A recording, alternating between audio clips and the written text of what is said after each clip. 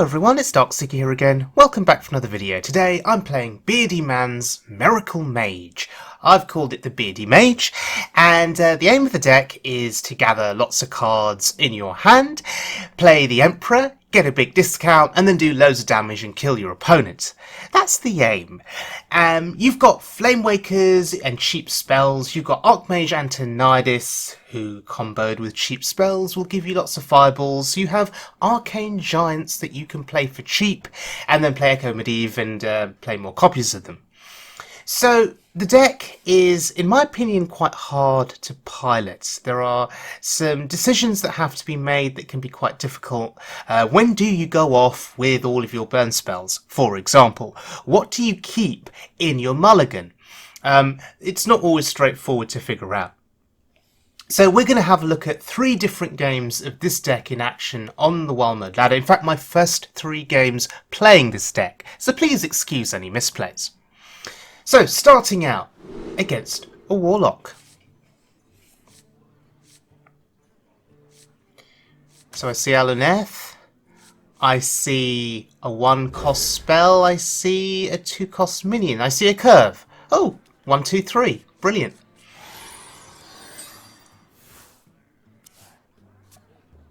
So, what are we looking for here with Magic Trick? We're looking for card draw, right? And research project, it's pretty good.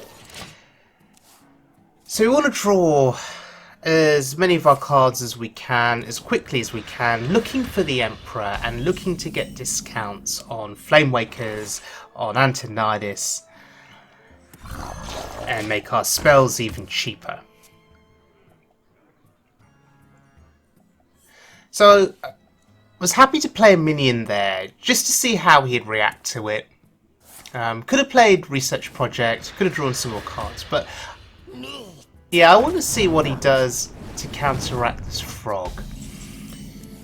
Plays a Librarian, so now we can draw cards. We kill the Librarian, and we do a little bit of face damage. Feels pretty good. We have Antonidas in hand, so this is good to know. Out of my jungle!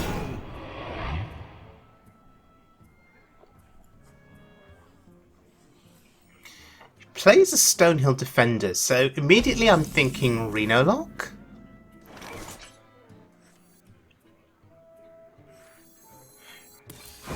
So now we can mill him. And Grim Patron. How interesting. So this is clearly a Treachery Lock if he's playing Grim Patron. So we need to be cautious here. I'm not sure whether to commit the Frostbolt here. Frostbolt is the kind of thing that you want to save for an Emperor discount and then go off with Archmage Antonidas.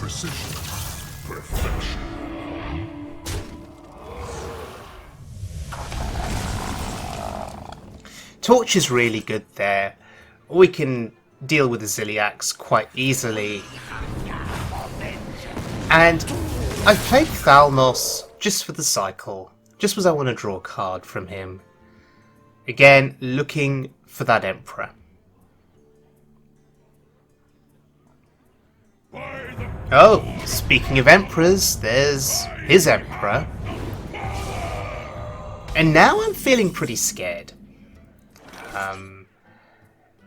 He's just got a massive discount there, and I'm scared of what is to come. Gonna use this Frostbolt because it does 4 damage and I can ping. It's a relatively clean kill. But again, that is 1 less spell that I now have available to combo with Antonidas after an Emperor discount. Prove your worth, cur. So I assume he's just going to stall out for as long as he needs to here. Put a couple of roadblocks in my way.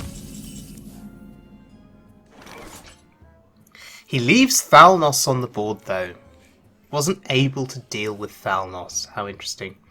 We have Antonidas, we have the coin, we have a 1-cost spell. We could get a couple of fireballs into our hand, but I think it's too early.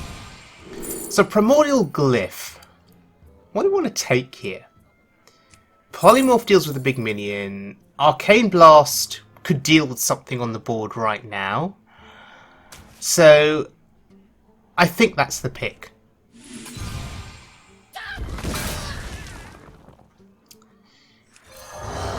And playing the Giant here puts him under pressure.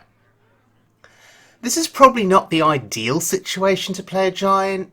You probably want to play them on a turn where you can also play Echo of Medivh. But he has to deal with that. Because otherwise, 8 damage is going face. So many possibilities.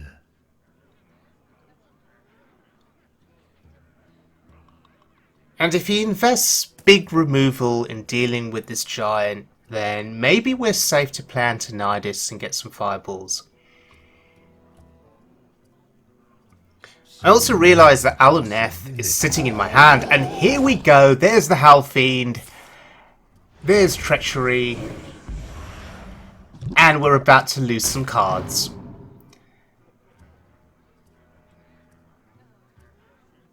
Knowing that this is a Treachery lock, have I screwed myself over by playing Blood Mage Thalnos? Because now he has that Defile activator with that 1 health Thalnos, and now we're getting screwed.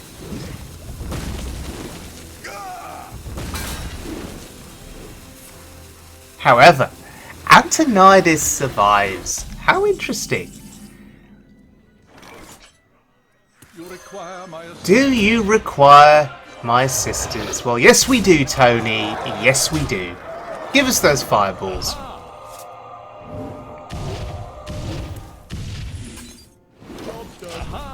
Okay. So, we have 18 damage in hand. He can try to mill us.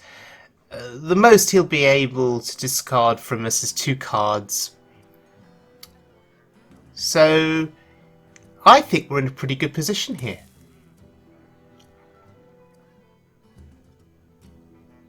And even if he targets the Hellfiend to discard 2 cards, he's then got to still deal with Antonidas.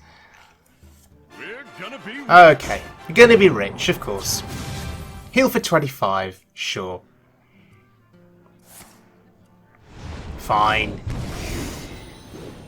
Feels very awkward, but I assume this means he can't kill Tony. No, he cannot kill Tony. How interesting. Aha.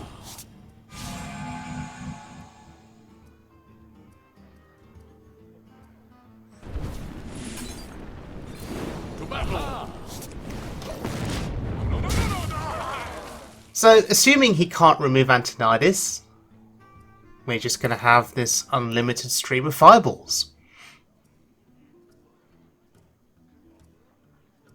At last. Kazakus Potion.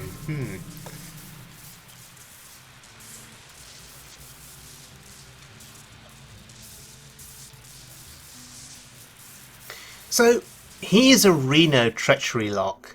So I'm going to assume that there is not a second copy of Hellfiend, that he's used that 1 copy, and he's used Treachery as well. So does that mean we're relatively safe now? Well played. And if he deals with this copy of Tony, we have a second copy. And we can actually fit in Tony and a torch in the same turn, which is insane. Serve the Fire Lord. Aha! Yeah, we just smoke here. We go face. Reno Jackson has been used. We have 2 fireballs in hand. This is game over. Unless he's got another surprise in his hand.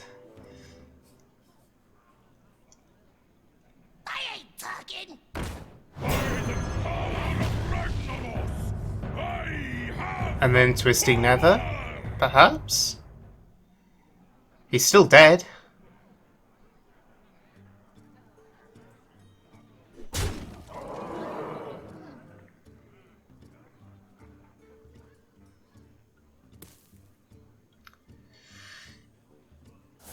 Kazakus Potion. That does nothing.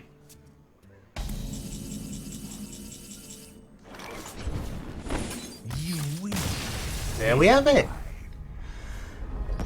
Pretty sweet win there over the Treachery Lock.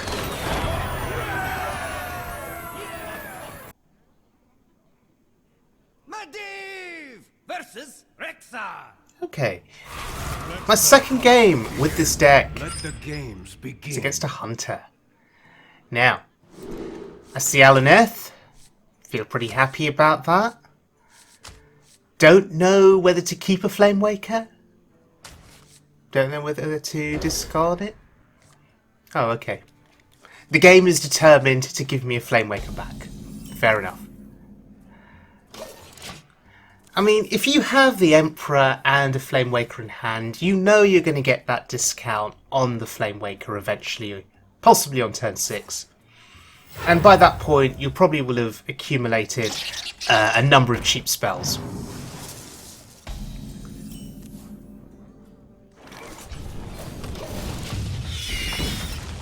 So now we just have to bide our time and wait patiently for turn 6.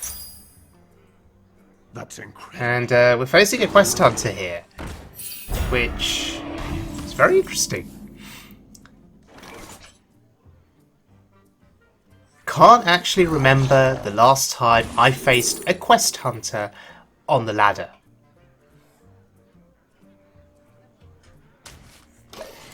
And I've picked the Frost Nova because I'm expecting a very aggressive game here. I'm expecting a stream of minions to come at me, and I'll need a way to stall.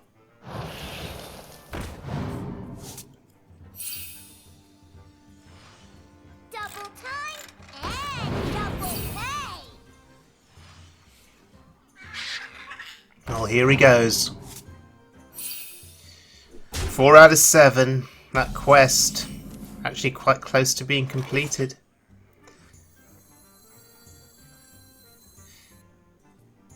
Pondering the duplicate here. Do I really want to use a duplicate and get frogs back into my hand? Or do I want to save the duplicate? Perhaps.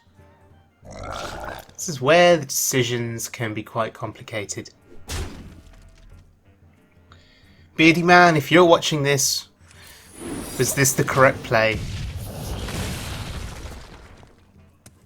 Considering that he's going to be playing lots of low attack, low health minions, I guess having a couple of those frogs in my hand is a good thing.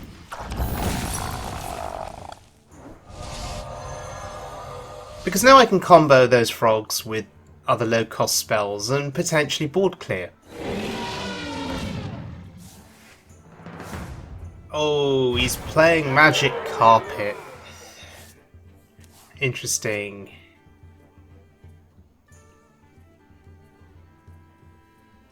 Well, we're still at 30 health, surprisingly.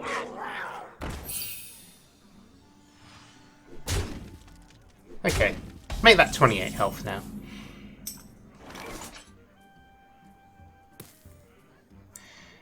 So here's the question.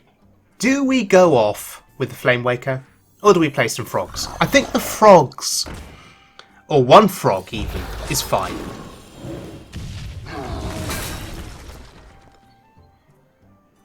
See, next turn...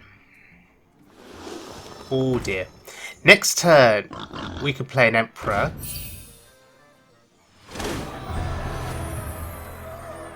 Let's see where that charge goes. Is he going to trade? Yes, he is. He understands. He understands why that frog is a threat. But now, I think it's time, right? Is it time for Alaneth Perhaps. or the Emperor? Beardyman, if you're watching this, is Alaneth or the Emperor the correct play? I'm going to go with the Emperor. After much deliberation, because we get the discount on the Flame Waker, we have a Sorcerer's Apprentice, we have a Frog, and we have a couple of cheap spells. That could actually be enough to clear a good chunk of his board, potentially. And now I'd be very interested to see if he trades or if he goes face. How desperate is he to kill the Emperor? Yeah, he wants to kill him. And that would be the correct play. Surprisingly, we're heading into our turn 7 and we're still at 24 health.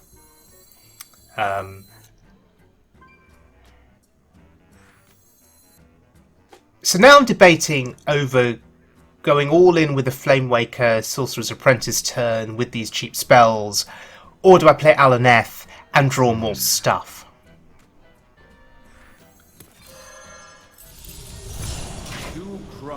Okay, so we're committing to Alaneth here. Oh, there's Tony.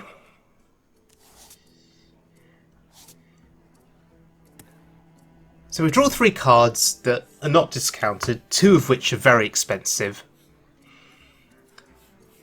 Even that duplicate is expensive compared to the other cheap cards in the left side of my hand. And there's an 8/8 on the board now, and now the pressure is really on.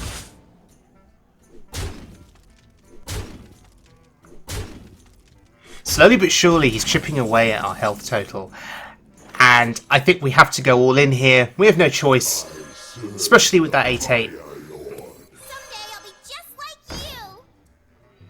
you. Okay, so we play the Frog. First order of business, freeze that. Ooh, that Flame Waker really wants to kill the dinosaur. Do we Frostbolt it again? Or do we Frostbolt the carpet? I think we Frostbolt the carpet. Because we really want to kill that. Okay. Shooting Star the carpet. Can we kill the carpet? Yes, we can. And now we can just finish off with the duplicate and the final missiles. And hopefully this will be enough to kill the dinosaur. Well, actually, do we need to do that? We don't, because we have Tony in hand.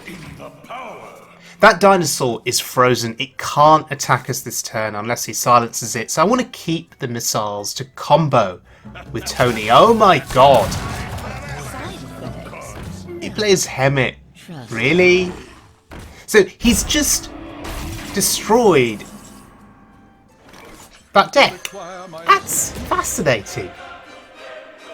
He works so hard to complete his quest,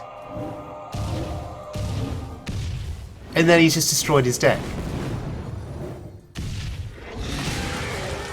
Okay, sure.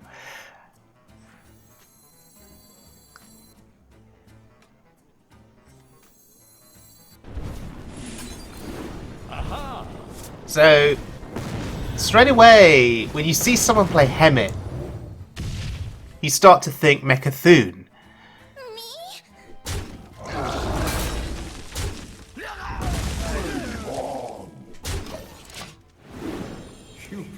Maybe I should have traded into the 2/2.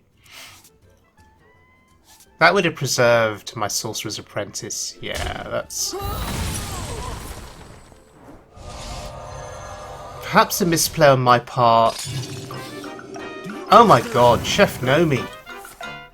Okay. Yeah, a misplay because I only get 1 apprentice back to hand rather than 2.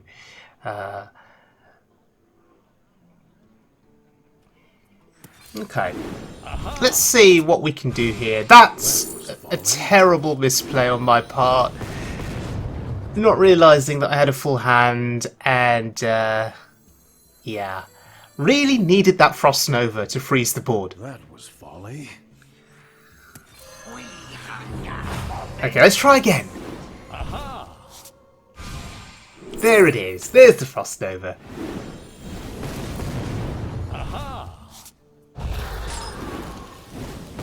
That was so lucky.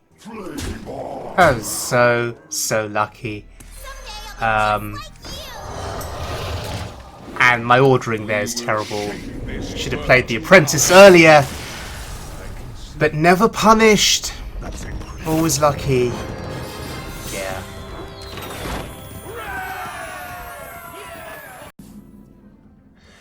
Right, so this is my third game playing this deck. And Alaneth, wonderful for card draw.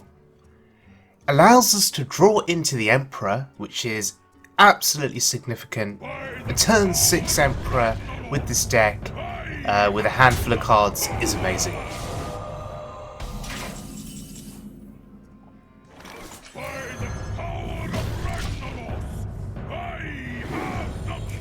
But now we are in a position to overdraw. We've milled a Flamewaker, which really is bad for us. But if I didn't play the Emperor on that previous turn, when was I going to play him? Who knows what secrets will uncover? Such a perfect specimen.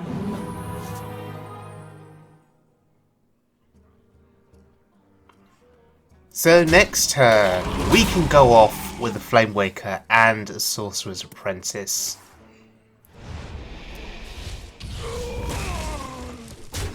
Side effects? No. Trust me.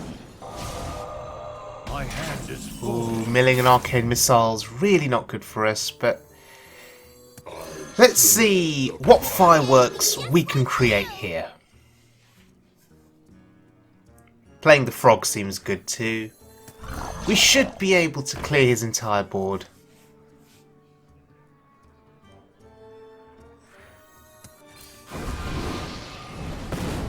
Ooh, Echo of Medivh. Very nice.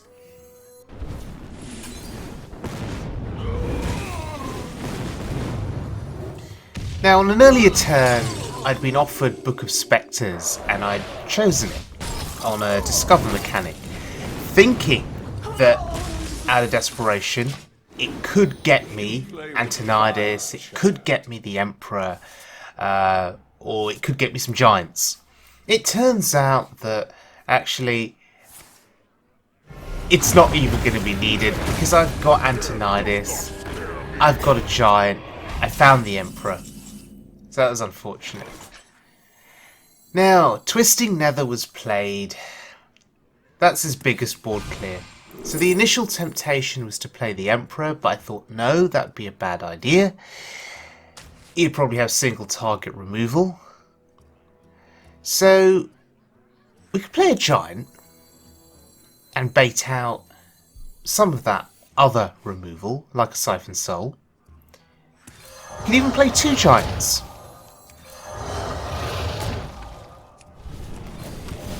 And yes, we have Echo of Medivh in hand, so maybe I should have waited Hand is full. so I could combo Echo with both of the Giants. By the power of Ragnaros, I say the magic word. But he's going off with another Emperor here. My hand We is continue to mill ourselves, which is hilarious. But strangely, I think we're still in a very good position to win this game, despite all of the cards that we've milled. And the reason is we have Antonidas in hand, and the ability to generate substantial number of fireballs. The question is, do we go off this turn with Antonidas? If we play Antonidas and a load of cheap spells, yes, we'll get a load of fireballs into our hand, but Alaneth will continue to mill us. Is that what we want to do?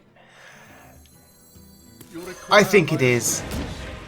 Because if we don't do this now, when are we going to do it?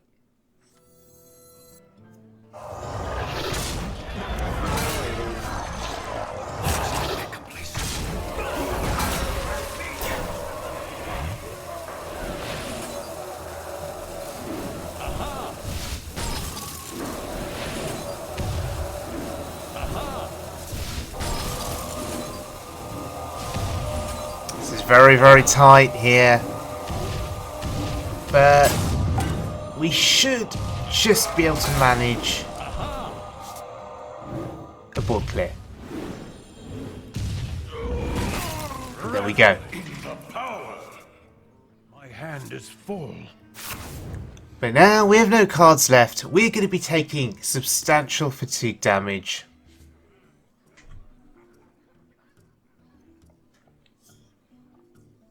But we have a lot of damage in hand. If he cannot remove Antonidas, he's just going to die. Darkness rises. And that Void Lord is not enough. It's not enough to save him here. Let's stash that away. So this looks like a classic Reno lock. We thankfully have the polymorph available to us. We didn't mill it. And now we just go face. This feels amazing. All the fireballs, all the giants going face. And that's it.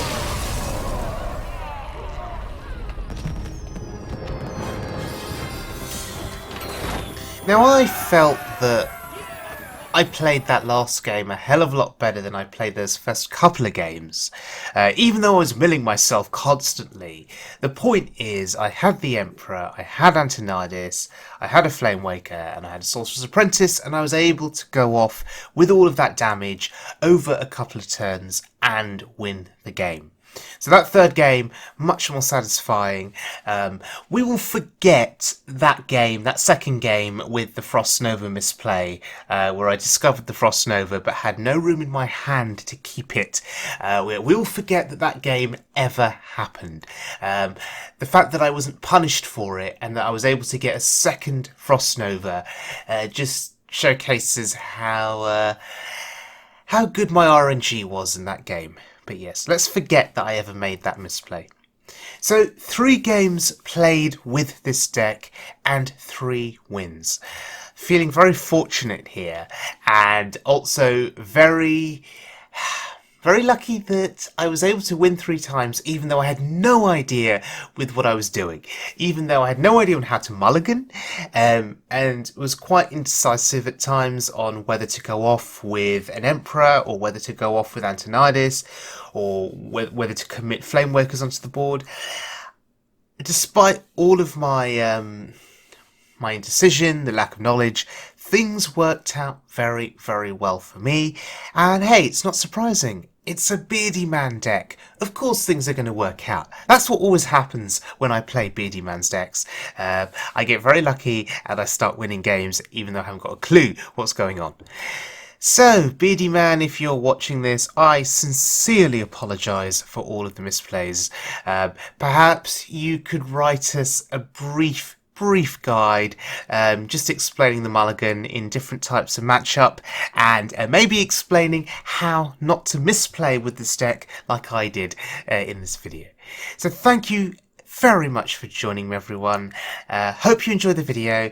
If you did, please give me a little like and a subscribe. I would be eternally grateful, and I'll see you all again very soon for more Wild Mode fun.